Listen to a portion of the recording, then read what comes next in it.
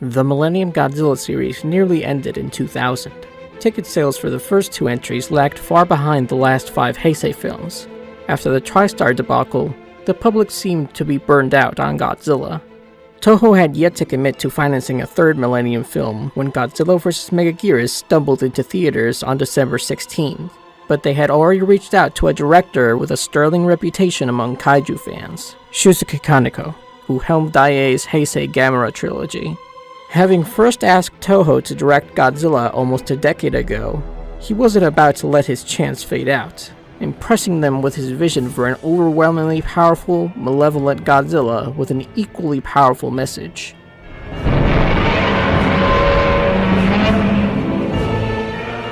Hey Kaiju fans, I'm Titan Alante, and I'll be presenting the Kaiju profile on the GMK Godzilla.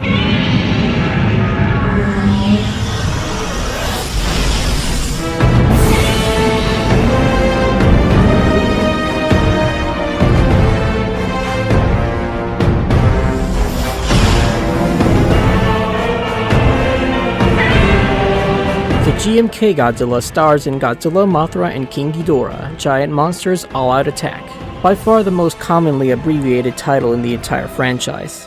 As another reboot that's only in continuity with the 1954 original, the film presents him as the second Gojira to emerge, 50 years after the first.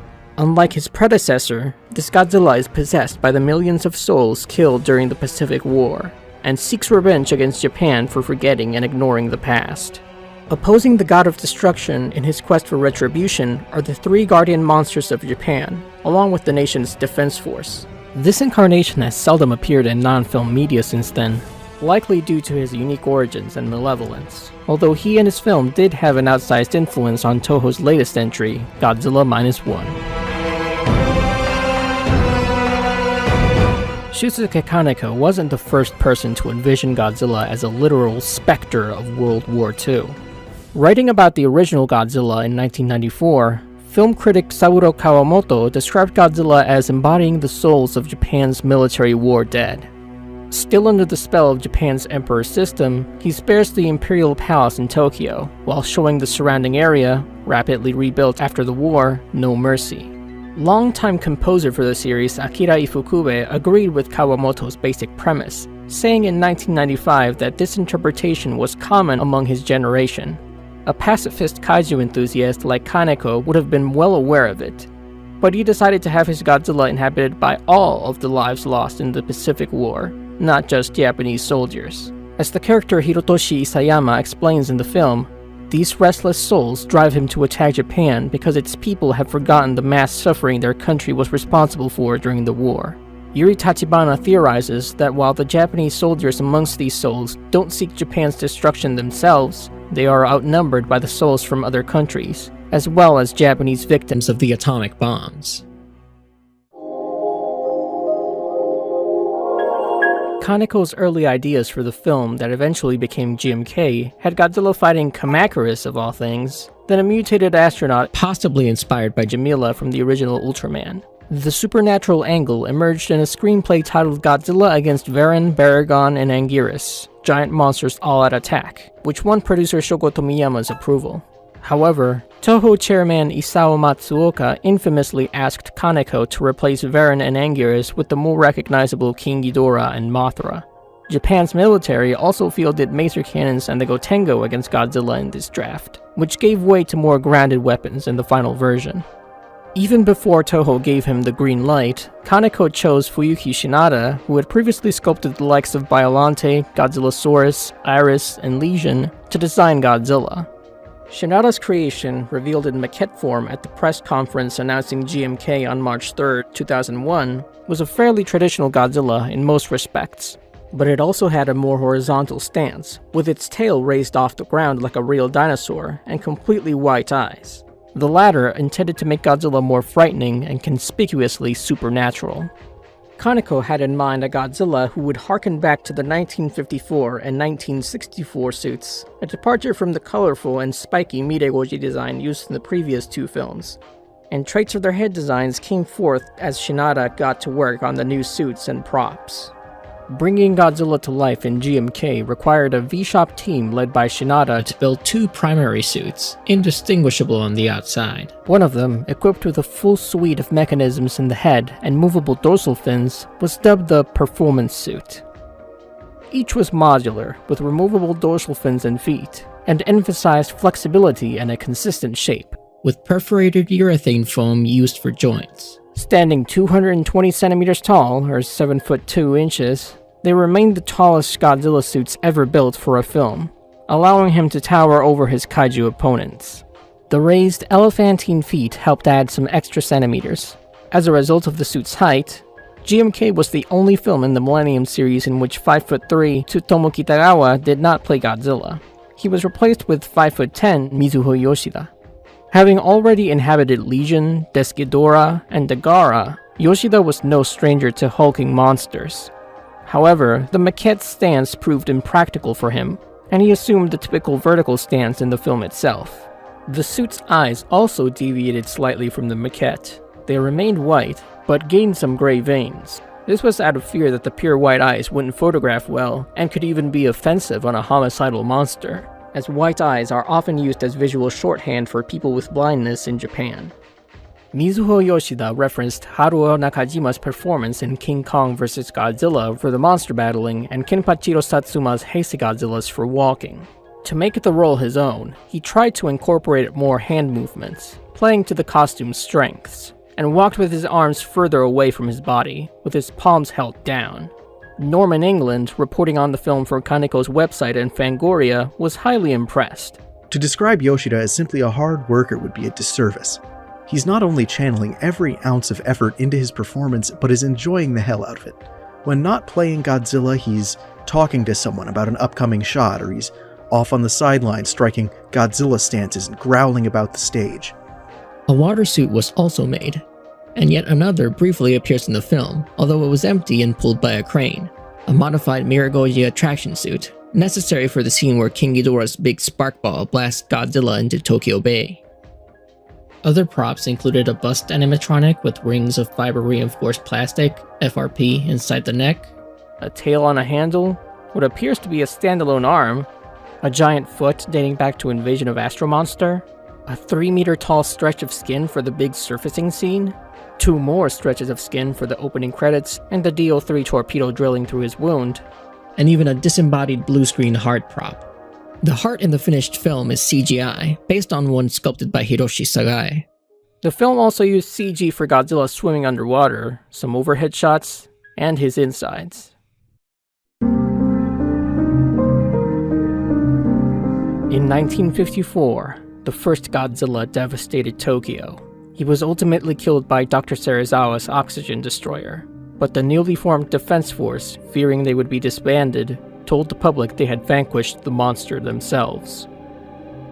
Amidst a wave of monster sightings around the globe, kicked off by a Godzilla-like creature who attacked the United States, the second Godzilla first made his presence known when he sank an American nuclear submarine near Guam in 2002 and fed on its reactor.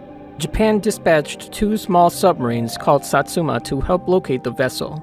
They found it with conspicuous claw marks on the hull. Still lurking nearby, Godzilla menaced the Satsuma, destroying one of them, with the other capturing footage of his dorsal plates. After the surviving pilot delivered his report, Lieutenant General Katsumasa Mikumo expressed confidence that their modern weapons could easily repel the monster.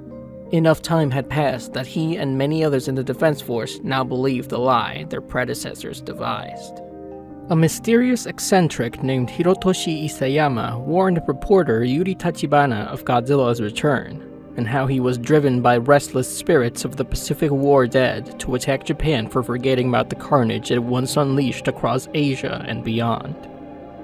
Godzilla next raided Magonote in the Bonin Islands, then brought down a plane scanning the island for survivors.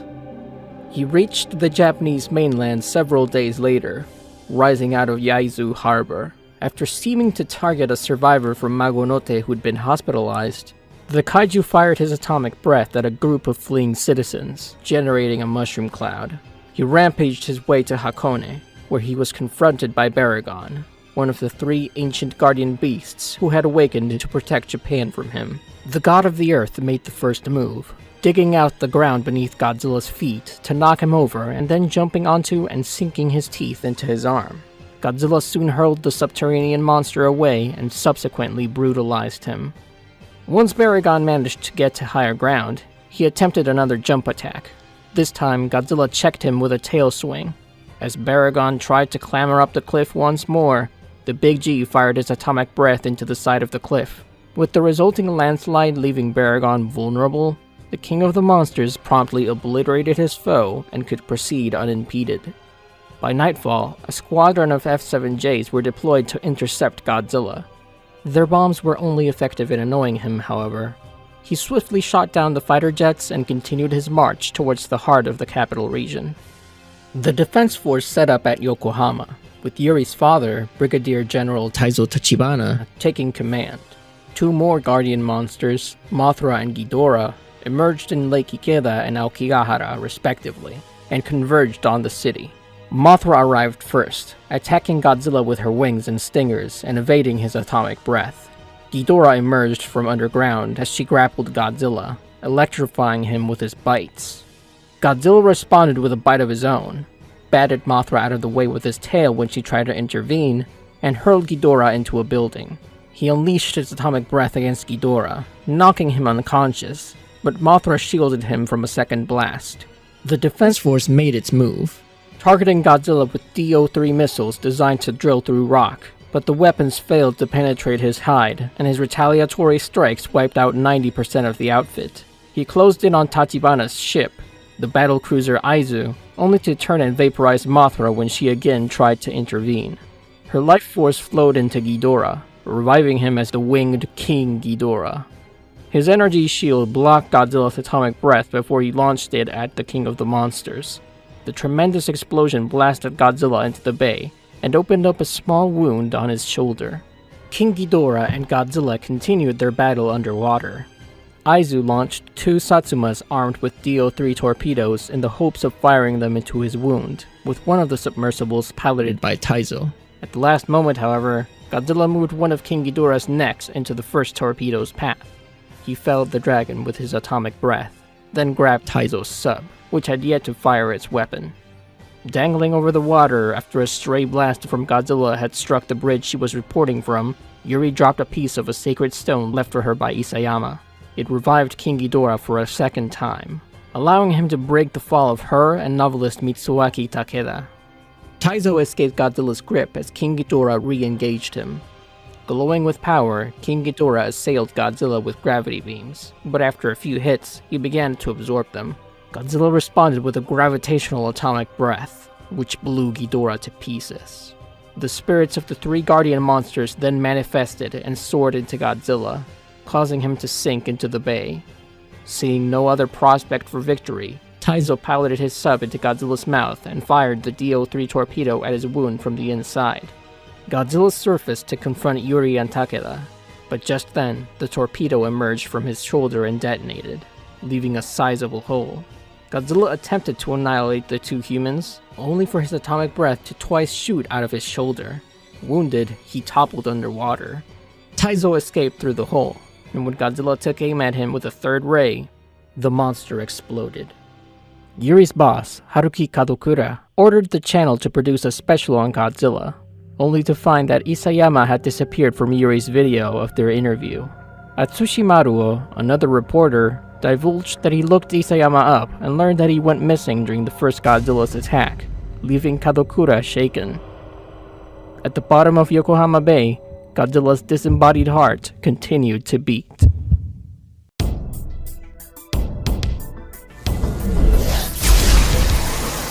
Whereas the two previous Millennium Godzillas spewed a flaming orange heat ray, GMK brought back the blue laser-like beam.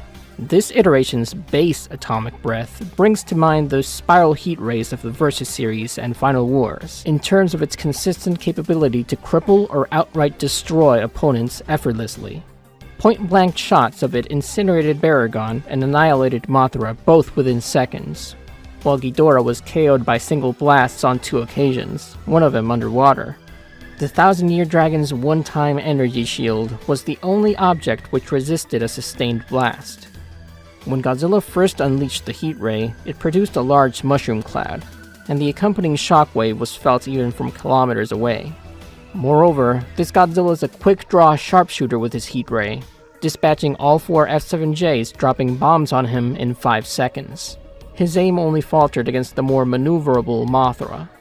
After channeling the energy from King Ghidorah's gravity beams into his dorsal fins, Godzilla fired a gravitational atomic breath, a stronger variant of the heat ray wrapped in a yellow spiral, against the three-headed monster, triggering a spectacular explosion. Once the flames dispersed, Ghidorah's shredded remains rained down onto the surface of the water. It's unclear if Godzilla could absorb and redirect other energy attacks in this way, or if his fellow supernatural creatures' gravity beams had some quality that allowed him to exploit them. While he consistently uses atomic breath as a finishing move, the GMK Godzilla is a dangerous tooth and claw fighter too. Against Baragon, he deployed forceful stomps and kicks, showcasing surprisingly quick reflexes a couple of times. Mothra was also blindsided by his tail. Against Ghidorah, his bite drew blood from the three-headed monster, and he later threw him, a classic Godzilla move. The GMK Godzilla has the character's usual invulnerability to military weapons. Even the fictitious DO-3 missiles, designed to drill through rock, failed to penetrate his hide. Each of the Guardian monsters was able to topple him at least once, though he never stayed down for long. Only King Ghidorah's big spark ball was able to break his skin, and even that spectacular attack only chipped a small chunk from his shoulder. Godzilla demonstrated impressive spatial awareness, tail-whipping Baragon into a nearby helicopter and maneuvering one of Ghidorah's necks into the path of a DO-3 torpedo. After Mothra exploited a blind spot, he twice unleashed attacks against her when she tried the same trick. Godzilla couldn't do much more than flail about when Mothra perched on the back of his head. The bug was out of reach of his stubby arms and evidently at too odd an angle to swat at with his tail. He's not the swiftest Goji on land either. Evidently lacking the instantaneous regeneration of certain other Godzillas, the wound left by King Ghidorah's big spark ball was successfully exploited by Brigadier General Tachibana. The DO-3 torpedo he fired at the laceration from within the monster's body opened a gaping hole. Thereafter, Godzilla's attempts at firing atomic breath damaged him to the point of self-destruction. Incidentally, in one of Kaneko's later proposals for the film that became GMK, Godzilla's atomic breath had an even greater vulnerability. He couldn't use it underwater.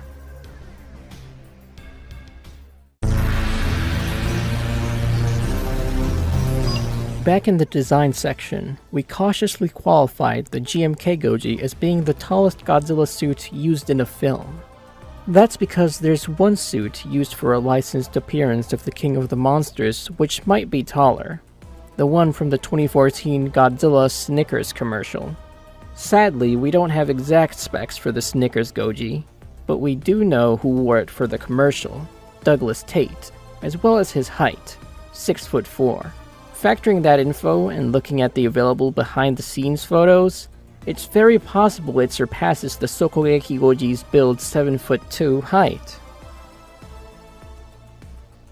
GMK received a one-shot manga adaptation in Telekoro Comic, most notable for cutting Baragon out of the story. It also marked the end of manga adaptations for Toho Godzilla films as a routine matter.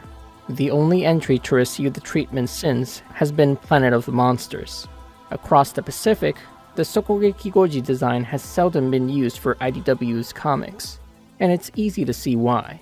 Their stories typically cast Godzilla as an anti-hero, while the GMK Godzilla is purely a villain.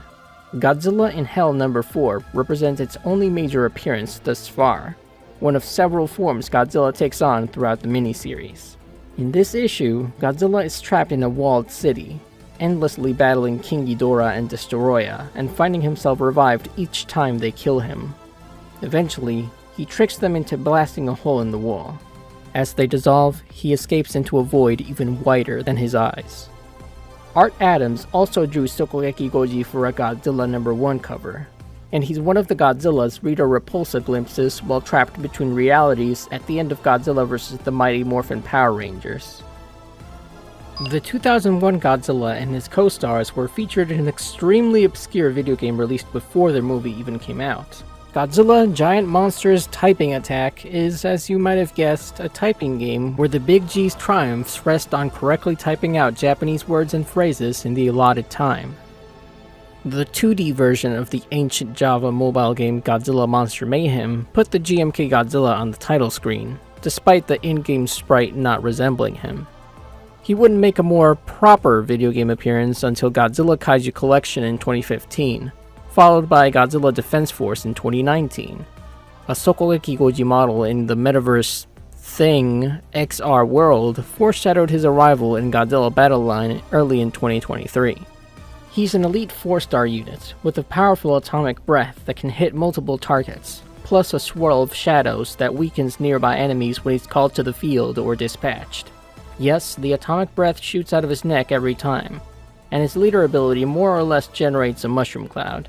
Pretty nice attention to detail for a freemium gacha game. The Godzilla glimpsed in Takashi Yamazaki's 2007 film, Always, Sunset on 3rd Street 2, looked a lot like the 2001 Godzilla, right down to the white eyes. In fact, the starting point for this design was a Sokogeki Goji garage kit by Shunsuke Niwa, which Yamazaki bought and resculpted. Toho gave him another crack at designing Godzilla for the 2021 amusement park attraction Godzilla the Ride: Giant Monsters Ultimate Battle, and with Godzilla -1, his vision for the Big G seems to have reached its final form. GMK is one of Yamazaki's favorite Godzilla films, and he acknowledged it as an unconscious influence on the -1 screenplay.